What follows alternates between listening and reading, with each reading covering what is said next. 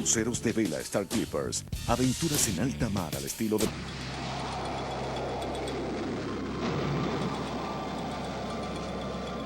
Las imágenes fotográficas son tan fundamentales en la actualidad que resulta casi imposible imaginar nuestro mundo sin ellas.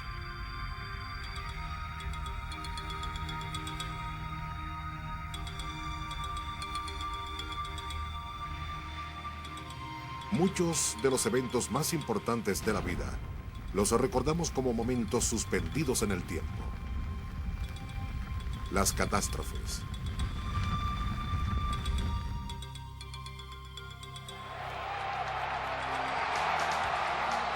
Y las celebraciones importantes. Y todo se debe a los beneficios de la cámara.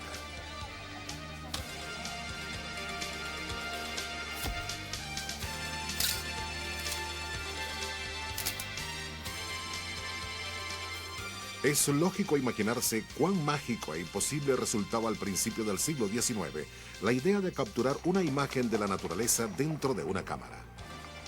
Pero tres poderes impulsarían la invención de la cámara: deseo artístico, curiosidad científica y el sector financista. Y tres hombres muy distintos competirían para inventar la fotografía. A continuación, en Maravillas Modernas, la luz capturada, la invención de la fotografía.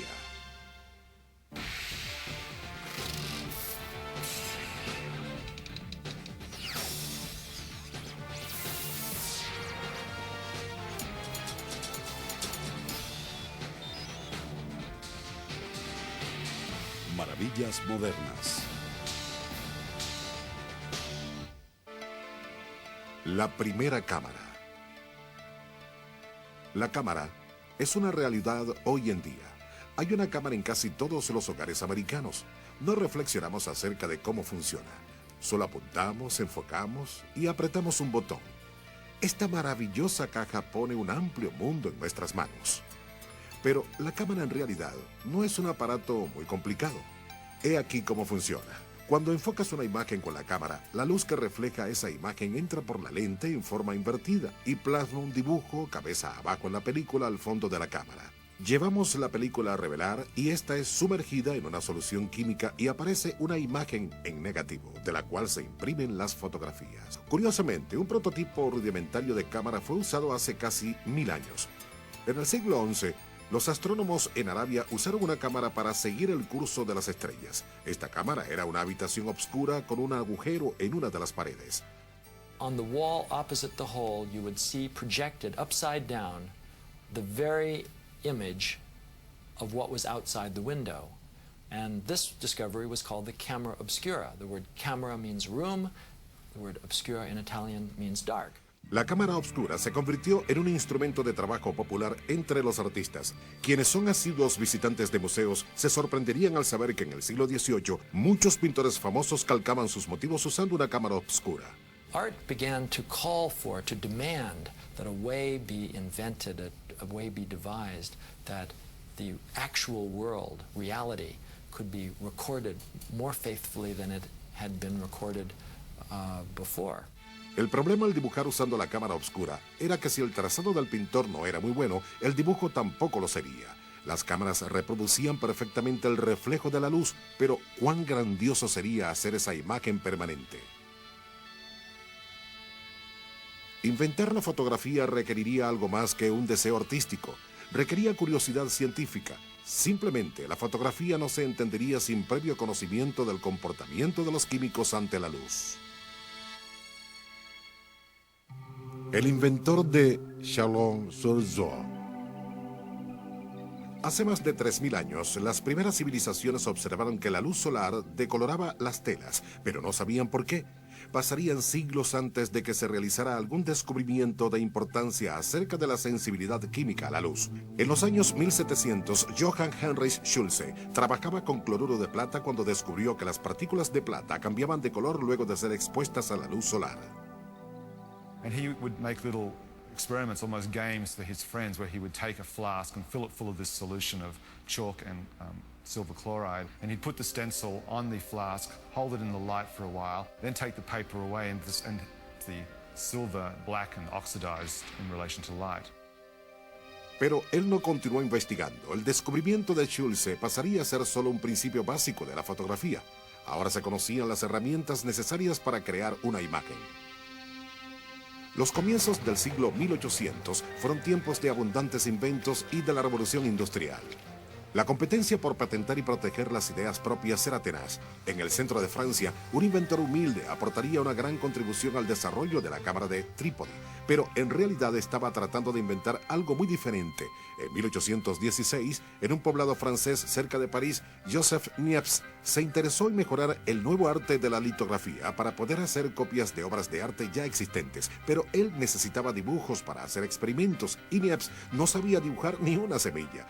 Él decidió hacer sus dibujos con la ayuda de la luz, una idea mucho más complicada que mejorar una litografía, y que de hecho ya otros grandes pensadores habían abandonado anteriormente. Niepce construyó una pequeña cámara oscura un poco más larga en sus costados. Él sabía de los experimentos de Schulze con plata sensible a la luz, así que colocó un papel cubierto con cloruro de sodio en el fondo de la cámara. Le emocionaba la idea de obtener una imagen en el papel, pero los claros y oscuros de la imagen quedaban invertidos y él no sabía cómo imprimirla o lograr una fotografía de apariencia normal. 6 años de tenaces experimentos pasaron mientras él descifraba mejores métodos para lograr una mejor imagen. En julio de 1822, Niepce tropieza con la solución. Niepce sabía que los artistas usaban un compuesto de asfalto en las litografías. Él pintó una lámina con asfalto en vez de plata, colocó una silueta transparente en la lámina y la expuso al sol. Era una idea sin sentido, pero funcionó.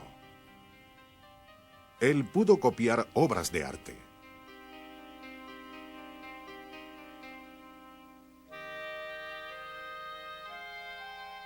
En el verano de 1826, un intento aún mejor vendría. Niepce tuvo éxito en el sueño de muchos hombres. Capturó la imagen reflejada de la luz. He used a crude camera obscura that he had, and he put the plate in the back of the camera obscura, stuck it out the window of his studio, and exposed it to the view out there for 8 hours. El resultado, lo que muchos consideraron la primera fotografía, la vista desde la ventana de su casa de campo. Niepce llamó a este invento heliografía. Poco después de su descubrimiento, él recibió una carta de un desconocido en París, quien para horror de Niepce sabía de sus experimentos. El desconocido quería saber el secreto de Niepce para crear una heliografía y le dijo que él también estaba trabajando en la obtención de fotografías en base a la luz. Niepce temió que robaran sus ideas e investigando acerca del autor de la carta, quien firmaba Daguerre, descubrió que era un respetado crítico de arte. Niepce le contestó de manera cortés, pero no reveló su secreto.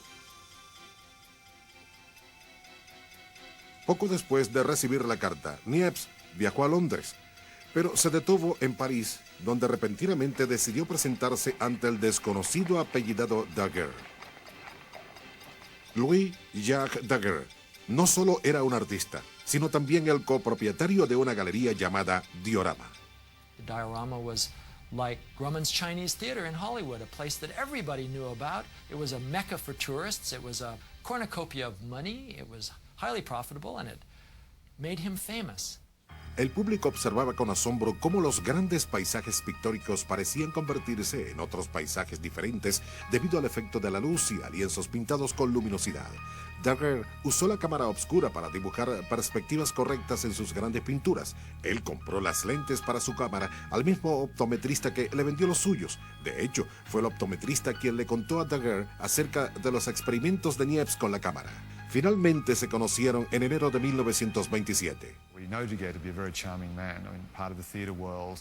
He knew how to smooth palms and get his own way and so on. I think Niepce was quite impressed. Niepce apuró su viaje a Londres, pero se enteró que un revés en la fortuna familiar lo había dejado en la quiebra. Pero estaba más decidido que nunca a continuar sus experimentos con la cámara. E igualmente decidido estaba el empresario de museos parisense, Louis Daguerre. Pronto, Niepce y Daguerre se asociarían en una carrera que terminaría en grandeza para uno y anonimato para el otro.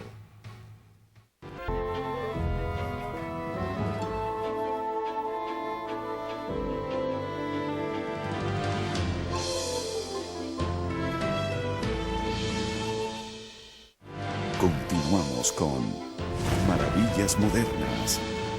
Los dos hombres que trabajaban en el descubrimiento de la fotografía contrastaban en personalidad. Niepce era modesto, cortés y de confiar. Daguerre era exhibicionista y un poco corriente. Niepce tenía estudios científicos en su currículum, pero Daguerre solo tenía una educación pobre. Aún así, Daguerre estaba obsesionado con fijar una imagen en una cámara, pero su ignorancia en química y física le impedían continuar sus investigaciones. Cuando Daguerre se enteró de los experimentos de Niepce, se motivó aún más en perseguir la misma idea. Luego de su encuentro en París, Daguerre escribió varias cartas aduladoras a Niepce y él le decía que continuaría con las investigaciones para lograr una imagen con una cámara. Daguerre, I think, had kind of fooled Niepce into thinking that he'd got a lot further with his experiments than he actually had. 2 años más tarde, en 1829, Niepce hizo un nuevo descubrimiento y envió los resultados a Daguerre. Niepce había tenido éxito en lograr una naturaleza muerta con su pequeña cámara y le notificaba de sus intenciones de publicar su trabajo. Daguerre pensó que esto produciría ganancias y él quería parte de ellas. Daguerre le recomendó retrasar la publicación hasta que se perfeccionara el proceso. También le ofreció su colaboración y dijo tener una lente 13 veces más rápida que la de Niepce, afirmación esta que resultó ser una gran exageración. Pero Daguerre convenció a Niepce con sus argumentos y Niepce acordó no publicar sus descubrimientos. Compañerismo. Niepce tenía ya 64 años de edad. Estaba cansado y en la pobreza. Él trabajó solo por 13 años y creyó que no podría perfeccionar completamente el proceso sin una lente mejorada. Por lo contrario, Daguerre tenía 42 años, estaba en la flor de la vida, lleno de energía y seguro de que la heliografía podría llegar a ser tan exitosa como el diorama. It seemed to Niepce that it would be a good idea to hook up with this entrepreneurial younger man who was already quite a famous figure in Paris and who was well connected, that perhaps as a collaboration, this would be a better way to go than experimenting on his own. Daguerre viajó a la casa de Niepce y los dos hombres firmaron un contrato de sociedad por 10 años, pero en los primeros 4 años de trabajo individual, ninguno de ellos había hecho descubrimiento alguno. Entonces, en 1833, sin previo aviso, Niepce muere de un ataque fulminante. Su gran contribución a la fotografía permanece inédita. Sus deudas eran cuantiosas y su hijo Isidoro se vio obligado a vender las propiedades de la familia. Sin embargo, Isidoro heredó la participación de su padre en la sociedad con Daguerre. 2 años después de la muerte de Niepce, Isidoro recibió una carta urgente de Daguerre. Después de una larga espera, Daguerre había hecho un descubrimiento revolucionario. Había encontrado un método nuevo para obtener una imagen con la cámara. Daguerre trató una lámina de plata con químicos y la colocó en la cámara, pero en vez de dejar la lámina en la cámara hasta que apareciera la imagen, la retiró inmediatamente y la calentó sobre vapores de mercurio. Pronto apareció una imagen, pero lucía como una imagen añeja. Este fue un descubrimiento importante que cambiaría el curso de la fotografía. No hay registros de los lineamientos que llevaron a Daguerre a este descubrimiento. We like to think that discoveries are done by geniuses who cry eureka, after a moment of flash of inspiration. But I think, in fact, the invention was a somewhat gradual one. Isidoro Niepce viajó a París. Daguerre entregó al hijo de Niepce un nuevo contrato. Él cambió el nombre de la firma de Niepce y Daguerre a Daguerre y Niepce. Daguerre inherited all of the notebooks and research of his partner, and those notebooks were valuable and allowed Daguerre, who was himself an artist and not a scientist, to actually go ahead and successfully make a photograph as we know it today.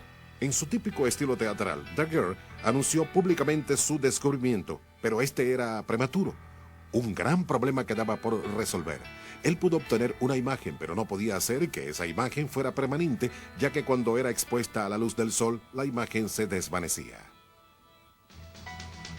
Un caballero a través del canal. Habría perturbado mucho a Daguerre el saber que él no era el único que se estaba acercando a la solución de este acertijo. De hecho, un inglés de 33 años de edad llamado William Henry Ford Talbot estaba trabajando en la misma idea. En el viaje de luna de miel de Talbot al norte de Italia en 1832, él trató de usar elementos de ayuda, incluyendo la cámara obscura y otra llamada la cámara lucida, para capturar la belleza natural del lago Como. La cámara lucida usaba un prisma para reflejar el motivo a pintar sobre un pedazo de papel. Talbot delineó el reflejo del hotel y del lago.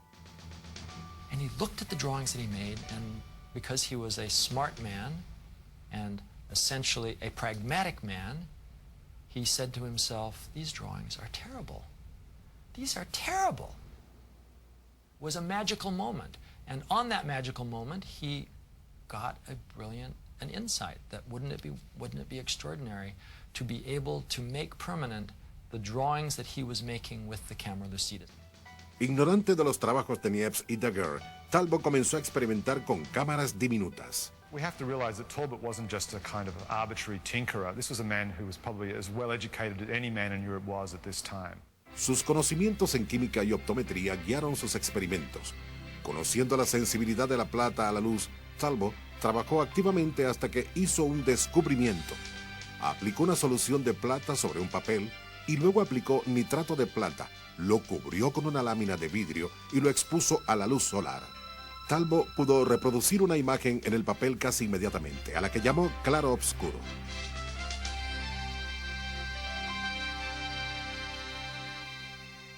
Immediately he said, I've discovered how to fix a shadow. Isn't that a wonderful phrase? He created a new art. Talbot apenas comenzaba. En 1835 hizo un descubrimiento aún más importante. En su cuaderno de notas escribió acerca de la exposición de papel en su pequeña cámara por varias horas para obtener un claroscuro o imagen en negativo. Las partes claras y obscuras estaban invertidas. Colocó ese claroscuro sobre otro papel tratado químicamente, lo expuso al sol y creó una copia. Ahora las partes claras y obscuras estaban correctas en la imagen. Esto es lo que él consideró un positivo o grabado. Su primer grabado fue una ventana enrejada del monasterio Lecoq, su casa. Sorprendentemente, él no entendió la magnitud de su descubrimiento. Talbot cerró su cuaderno de notas y tornó su atención hacia los últimos trabajos de otros. Un paso más cerca.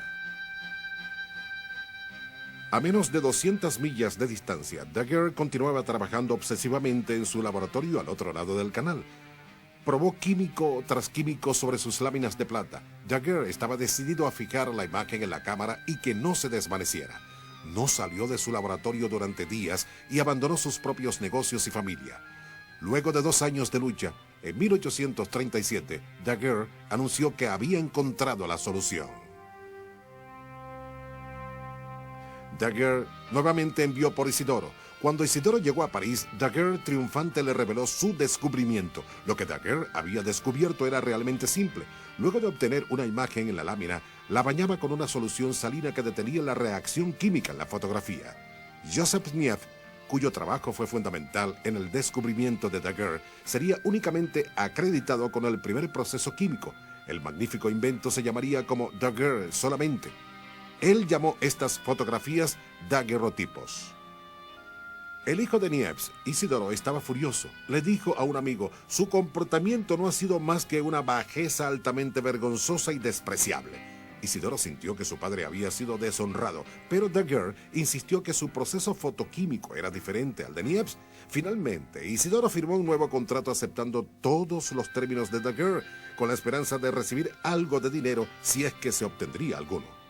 Daguerre llevó su increíble descubrimiento a la Academia Francesa de Ciencias. En enero de 1839, la Academia anunció el descubrimiento hecho por Daguerre, pero sin dar detalles. La carrera por la fama. En los últimos 4 años, el inglés William Talbot no había continuado experimentando con la cámara. Sus pensamientos estaban lejos de las imágenes en claro oscuro cuando leyó acerca del invento de Daguerre en el Times de Londres, 2 semanas después de su publicación. Talbot estaba horrorizado de que Daguerre estuviera obteniendo los méritos de un proceso que él mismo había descubierto. He immediately resurrected his old experiments, made a few new ones, and 2 weeks later, on January 25th of 1839, which is what I call the birthday of photography, Talbot made a presentation to a group of people, to a group mostly scientists, in London, where the first public exhibition of photographs was made.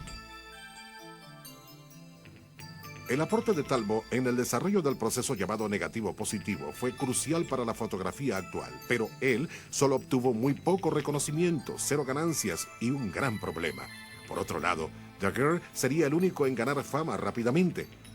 Durante 8 meses, Francia esperaba impacientemente escuchar los detalles del invento de Daguerre.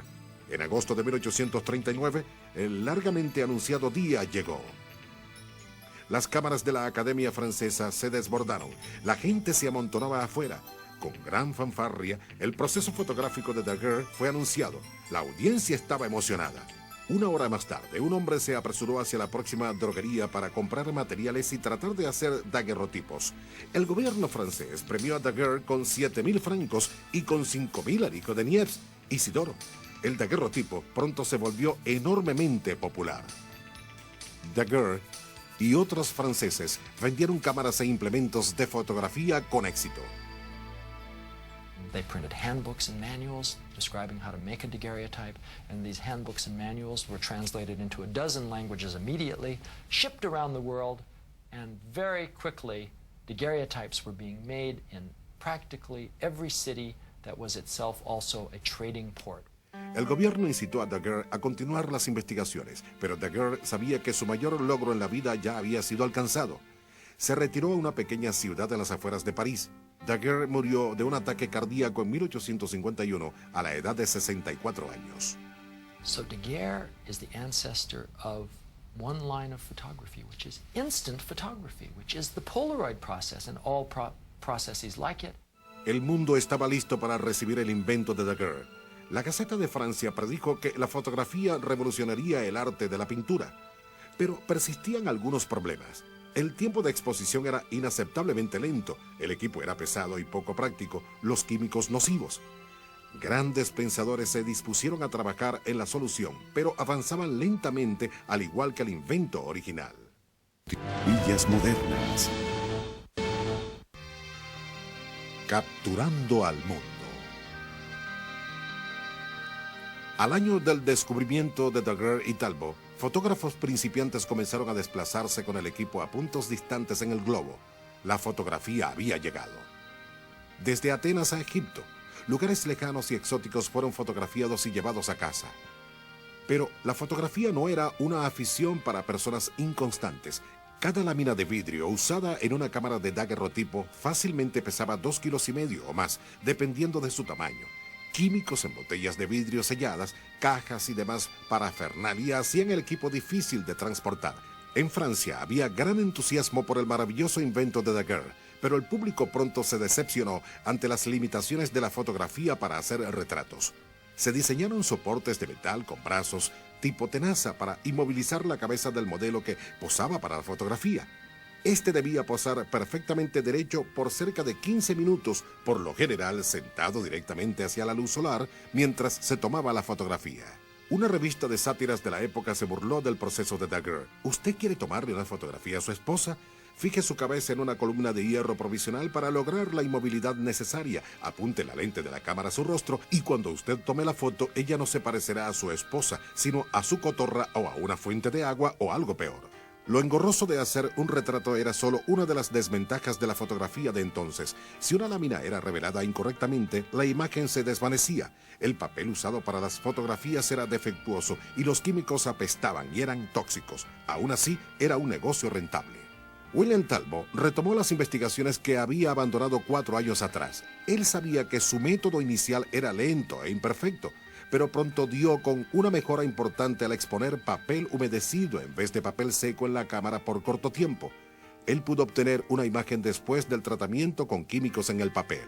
El proceso era más rápido y la imagen más nítida. Talbot llamó las fotografías obtenidas con este método calotipos, del griego, hermosas pinturas. Su madre le recomendó llamarlas talbotipos y ella así lo hizo hasta el día de su muerte. Con este proceso químico más rápido, Talbot ahora podía hacer retratos. La fotografía de su esposa tomada en 1844, uno de sus primeros calotipos, aún existe. Ella posó solamente 15 minutos para este. Durante los siguientes 20 años, Talbot continuó mejorando el revelado y longevidad de las fotografías, pero nunca ganó dinero por sus inventos, aunque trató de patentar sus ideas. Talbot did the unusual. Instead of sharing with the world at large his discovery as a miracle that had been given by nature or by God, he patented the process. se vio envuelto en pérdidas económicas terribles, además de otros derechos para usar sus procesos. Perdió la mayoría de sus bienes. Con el tiempo, Talbot abandonó por completo la fotografía. En 1877 murió por una falla cardíaca en Laycock Abbey. Su aporte a la invención de la fotografía fue escasamente mencionado en muchos de sus obituarios. Of course, there was always rivalry between France and Britain about which of them had come up with the invention. But Talbot is widely recognized as the founding figure for the kind of photography we use today, paper-based, negative, positive photography. In that respect, Talbot is definitely the founding figure. Retratos. Ahora que los retratos eran posibles, su demanda entre una amplia variedad de público creció rápidamente. Aunque parezca extraño, hoy en día órdenes de fotografías de miembros de la familia que habían fallecido no eran inusuales. La tasa de muerte en los años 1800 era bastante alta, especialmente entre los niños. A veces los muertos eran acomodados en sillas o sus cuerpos colocados en vívidas poses. Esta práctica fue descontinuada al final del siglo, cuando por razones de salubridad, Austria y otros países finalmente prohibieron a los familiares llevar niños fallecidos a estudios fotográficos. En los Estados Unidos, los daguerrotipos llegaron a ser muy populares. En 1815 se exhibían en muchas galerías. Well, it's hard for 20th century people to realize quite how amazing it was to experience a daguerreotype for the first time, say in the 1840s. They came in these beautiful leather packages like a piece of jewelry. And in fact, when you opened up and you saw the image, which of course is on a silvered plate, it flashes at you like a beautiful jewel. Celebridades, jueces, gente común y presidentes, todos listos para una fotografía. En 1864, Abraham Lincoln posó para el retratista americano Matthew Brady. Todos tenemos una copia de esa fotografía y la mayoría no lo sabemos. Es el retrato en el billete de $5. Tan pronto como los retratos fueron posibles, se hicieron muy populares. Al igual que en la pintura de esculturas, los fotógrafos inmediatamente comenzaron a fotografiar desnudos con fines artísticos y pornográficos. Métodos mejores. Desde 1840 hasta comienzos de 1860, el daguerrotipo tuvo una época gloriosa, pero para mediados de la década sus días ya habían terminado. Las fotografías eran tan frágiles que debían ser selladas bajo vidrio para protegerlas del contacto de dedos y de la dañina oxidación. Los daguerrotipos no revelaban bien y un retrato hecho por un fotógrafo de renombre podía costar hasta $1,000 comparativamente a los precios de la actualidad, pero algo vino a tomar su lugar. El escultor inglés Frederick Scott Archer logró un avance tan significativo en la fotografía que muchos dejaron a un lado los daguerrotipos y calotipos para apoyarlo. Archer nombró este método collodium. Él cubrió una lámina de vidrio con un compuesto de goma y éter. Se podían realizar incontables reimpresiones de esta lámina y las imágenes eran de color rosado intenso. El método collodium prevalecería hasta 1880, cuando sería reemplazado por las láminas al seco. Pero a pesar de estos avances, la fotografía continuaba siendo una afición engorrosa y esquiva. The early chemistry was, for the most part, fairly toxic. People became ill, deranged, and otherwise sick from constant exposure to different kind of photographic processes and fumes. Avances revolucionarios tuvieron que esperar por mentes visionarias que redefinieran la cámara. Un joven se adjudicaría esta visión y sería el responsable del prototipo de la cámara que conocemos actualmente. La fotografía no fue un invento perfecto desde su nacimiento, pero durante su primera década muchos aficionados la mejoraron. El tiempo de exposición era más corto y las lentes más rápidas, y en los siguientes 20 años vinieron cambios aún más asombrosos que permitieron usar la cámara en formas sorprendentes.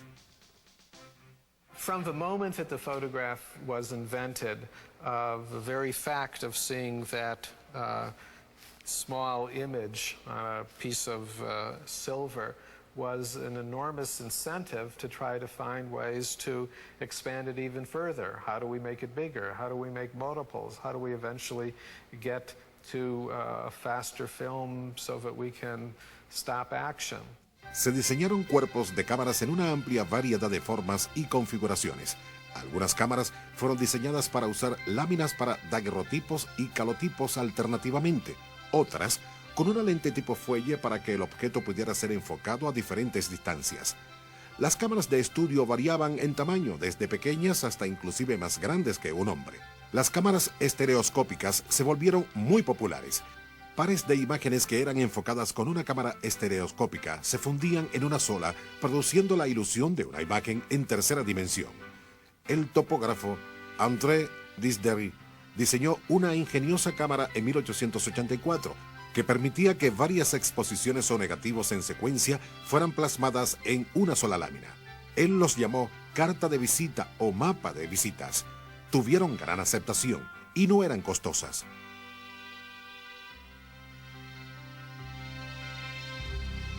Crónica de guerra.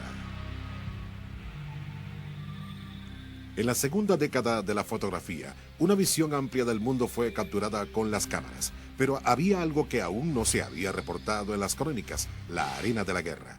En 1855, la guerra se iniciaba en la costa norte del Mar Negro. Roger Fenton, un abogado inglés dedicado a la fotografía, zarpó hacia el puerto de Balaclava, llevando 36 juegos de material fotográfico que pesaba miles de kilos. Sus láminas revelaban tan lento que Fenton podía tomar fotografías solamente antes o después de la batalla. Revelaba sus fotografías soportando el sofocante calor que había dentro del carruaje de un vendedor de vinos que él transformó en cuarto oscuro. Sus fotografías de la guerra impactaron a la gente. Algunos años más tarde, Norteamérica recibiría la misma dosis de aquella realidad. En el campo de batalla desde Gettysburg hasta el puerto Cole, Matthew Brady, otro fotógrafo, llevó pesados carruajes llenos de equipo y material fotográfico cerca de los campos de batalla y algunas veces, inadvertidamente, justo al borde de los mismos. Sus fotografías estaban documentadas con gran elocuencia: cadáveres, moribundos y cada ángulo de la guerra de secesión americana. La apuesta de $20,000. En la década posterior a la Guerra de Secesión, la invención de láminas de revelado al seco y de equipo fotográfico más rápido finalmente permitió a los fotógrafos grabar con precisión objetos en movimiento. En 1873, Lynn Stanford, anteriormente gobernador de California y un entusiasta de las carreras de caballos, apostó $20,000 con un amigo a que en algún momento del galope las cuatro patas del caballo se encontraban suspendidas. Y no en la manera en que los artistas lo pintaban. Stanford trajo una cámara para probar su teoría y contrató a Edward Muybridge, un fotógrafo británico residente en San Francisco, para que aclarara la duda.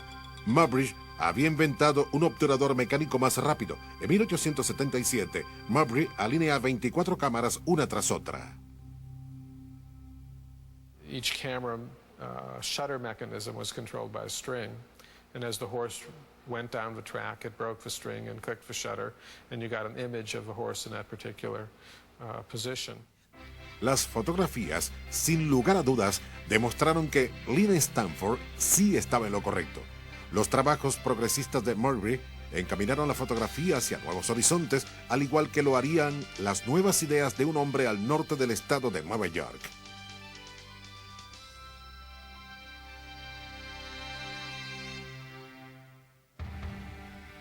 El latonero. Un joven banquero de Rochester, Nueva York, se aficionó a la fotografía durante los años 1870. Su nombre era George Eastman. Su padre había muerto cuando él tenía 14 años y la pobreza forzó a George a trabajar. A Eastman le gustaba reparar cosas. A los 20 años trabajaba en el banco durante el día y en su laboratorio en la noche. Él estaba decidido a inventar una película al seco hecha con gelatina para fotografías de objetos en movimiento que resultara más práctica que los químicos de revelado usados en la época. Luego de algunos meses de experimentos, Eastman realiza su sueño. Diseña una máquina para usarla con la lámina de fotografía en movimiento. Eastman tomó dinero de sus ahorros para viajar por Inglaterra y patentar ambos inventos. El primer invento se vendió bien, pero aún más importante, Eastman estaba ganando fama. Esa reputación sería de gran importancia para su nueva meta, que era diseñar una base flexible de película para reemplazar la lámina tradicional. En 1884, luego de 2 años de experimentos continuos, Eastman comenzó a vender un papel base que llamó films. También diseñó una pieza donde enrollar el films. Este nuevo material fotográfico era magnífico en peso y flexibilidad, pero revelarlo era algo laborioso, pues la cubierta debía ser removida cuidadosamente del papel base. También se vendió bien. Eastman continuó desarrollando nuevas ideas y comercializándolas. En 1888 viajó a Inglaterra nuevamente para patentar sus ideas más recientes. He was trying to find a name that was incredibly memorable, that you couldn't forget, you couldn't confuse it with anything else, that would satisfy all patent laws in a variety of different countries, and which he himself said, because of the 2 consonants, Kodak, it sounded like the click of a camera shutter, so that it would always remind you of, in fact, what the company was associated with. El primer producto que Eastman introdujo bajo el nombre de Kodak cambiaría el curso de la fotografía. Era una cámara de tamaño mediano y 22 onzas de peso. Esta no fue la cámara más pequeña creada. Cámaras aún más pequeñas fueron vendidas por otras compañías durante la década de 1880, pero Eastman había agregado algo ingenioso a la suya, una película de 50 pies de largo para tomar 100 fotografías. Equipada con un rollo de films, la cámara costaba $25, pero Eastman la ofrecía por 10. Su compañía procesaría el revelado y regresaría la cámara con un nuevo film y las fotografías reveladas al cliente. He marketed this whole process under the slogan, "You press the button, we do the rest." And this was his, in a way, he revolutionized the whole business because the most unskilled amateur could now take photographs. La cámara Kodak salió al mercado en julio de 1888 y para el asombro de Eastman, en 6 meses se vendieron 2.500 de ellas. A lo largo del siglo siguiente, cámaras de todos los tipos, tamaños y colores fueron diseñadas. Cámaras especialmente para niños las llamaron Brownie. Una especial para damas incluía lápiz labial y polvo compacto para la cara. Eastman dirigía su mercado a cada sección de la fotografía amateur y profesional. Kodak se convirtió en el nombre por excelencia en distribución de material y equipo fotográfico y así continúa siendo hasta el presente.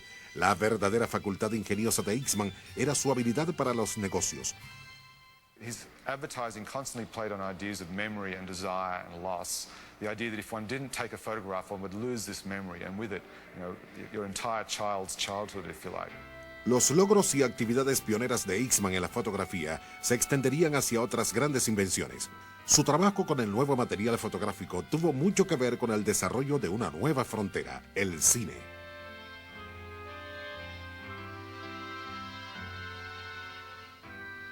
Nuevos lentes, nuevas cámaras y una nueva centuria trajeron grandes cambios en la concepción general de la fotografía y el uso que se le daba.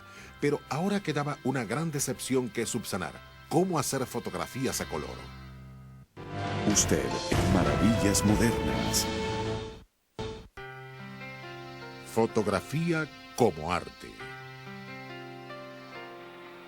Con la llegada del siglo XIX, la evolución de las cámaras y de los procesos químicos permitió a la fotografía adentrarse en el campo de la ciencia, investigaciones policiales y rayos X. La gente en general reconoció la utilidad de la fotografía en muchos campos, pero pocos la apreciaron artísticamente. De hecho, muchos fotógrafos no se autocalificaban como artistas.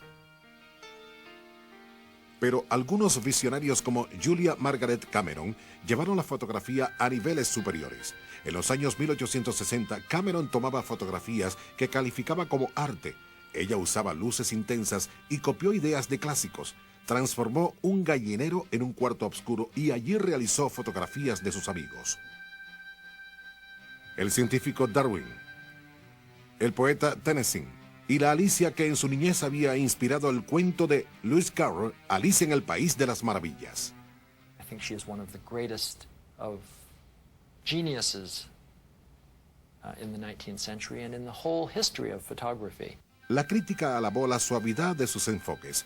Ella nunca obtuvo ganancias de sus trabajos, y estos permanecieron en el anonimato durante muchos años después de su muerte. La fotografía no fue bien recibida en las galerías de arte hasta el siglo XX. Su aceptación se debió en gran medida a Alfred Stieglitz, un fotógrafo coleccionista y crítico de arte. Stieglitz abrió una pequeña galería en Nueva York en 1905 y durante casi 30 años exhibió fotografías en calidad de trabajo artístico contemporáneo.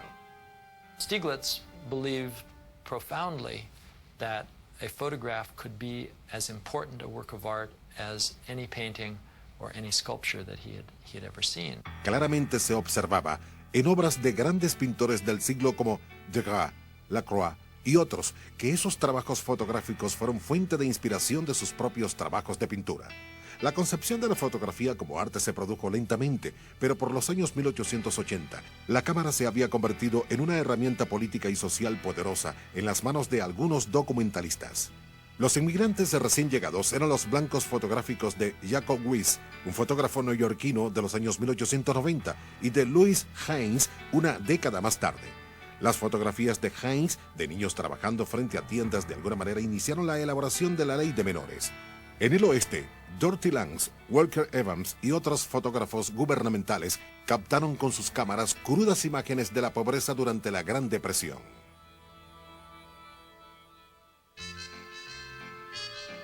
A color. Durante sus primeros 50 años, la cámara se vio bastante limitada por las expectativas lumínicas.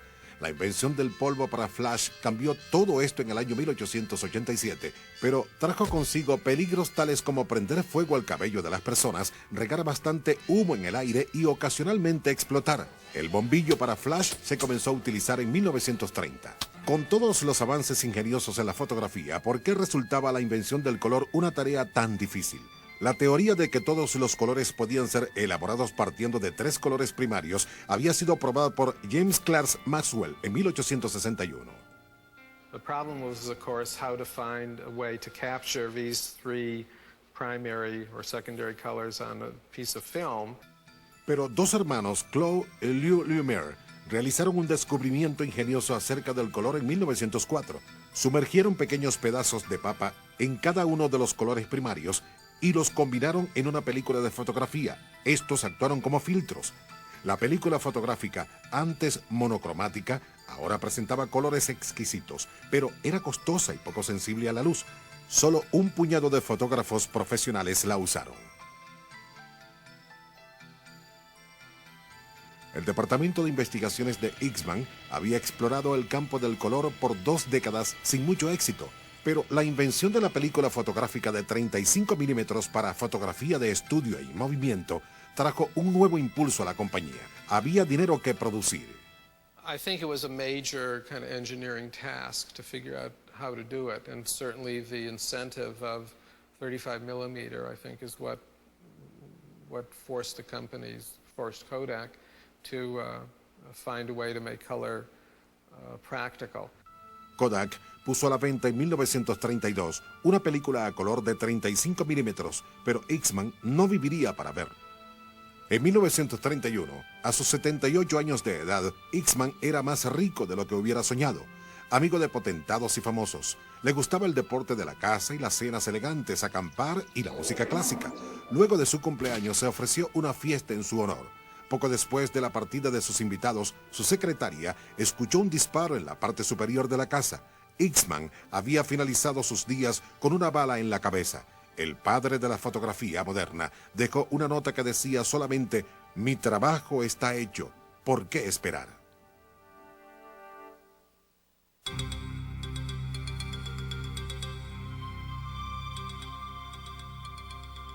En 2 décadas, un joven astuto en los negocios como lo fue Eastman y tan visionario como lo fue Henry Ford llevarían la fotografía a sus inicios.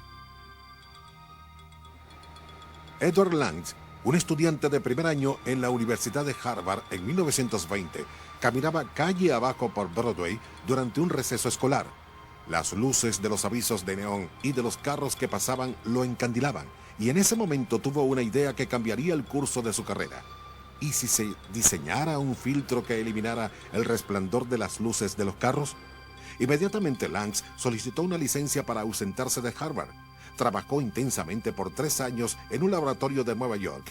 Finalmente alcanzó su meta. Fabricó un material artificial que solamente permitía el paso de rayos lumínicos que iban en una sola dirección, un término llamado polarización. El resultado, no más resplandor. Pero la Kodak inmediatamente interpretó el potencial de este producto como filtro para las cámaras. En 1934, Kodak firmó un contrato con Lange. Ahora él estaba en el negocio.